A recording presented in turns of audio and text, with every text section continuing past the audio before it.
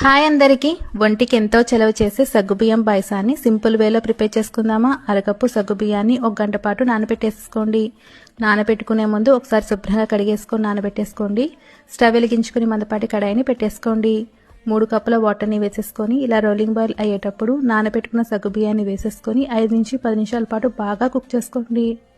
సగ్గుబియ్యం అనేది కొంచెం చిక్కపడి ఇలా రోలింగ్ బాయిల్ అయ్యేటప్పుడు తురిమి పెట్టుకున్న బెల్లం 1 కప్పు దాకా దీంట్లో వేసేసుకోండి.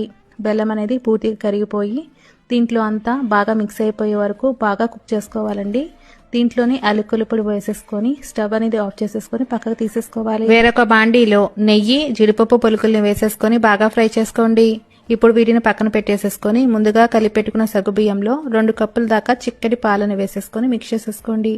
ఫైనల్గా దీంట్లో జీడిపప్పు పలుకుల్ని కూడా వేసేసుకొని వేడివేడిగా సర్వ్ చేసుకున్నా బాగుంటుందండి. చల్లారనిచ్చేసి ఫ్రిడ్జ్లో పెట్టుకొని తాగినా కూడా సూపర్గా ఉంటుంది.